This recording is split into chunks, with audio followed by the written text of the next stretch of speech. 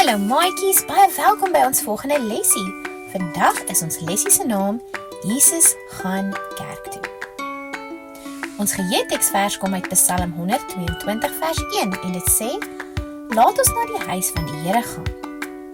Die boodskap is dat ons lief vir Jesus is. Daarom gaan ons kerk toe. Sandra gaan kerk toe. Sandra sing en bid tot Jesus. Jesus het ook daarvan gehou om kerk toe te gaan. Ons lees van Jesus se kerk in die Bybel. Klein Jesus hou daarvan om kerk toe te gaan. Klein Jesus sing in die kerk. By die kerk lees die rabbi uit die Bybelboekrol.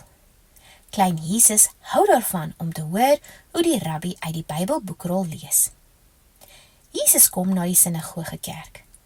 Kyk hoe groot het Jesus geword, fluister die seentjies. Kyk hoe groot het Jesus geword, het die mans gefluister. Jesus hou daarvan om by sy kerk te wees. Hy hou daarvan om saam met sy vriende te sing en bid. Jesus neem die Bybelboekrol. Shh, almal luister. Die groot mense luister. Die kinders luister. Shh, niemand praat nie. Almal glimlag. Jesus sal die Bybelboekrol lees. Jesus maak die Bybelboekrol oop.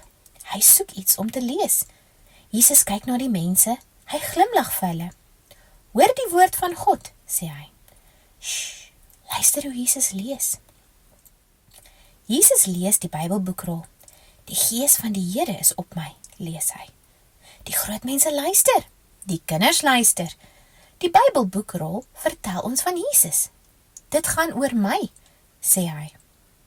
Die Bybelleesstuk is klaar. Jesus sit weer. Al die mense dink oor Jesus se woorde. Ons hou daarvan om in die kerk te wees. Jesus hou ook daarvan om elke week in die kerk te wees.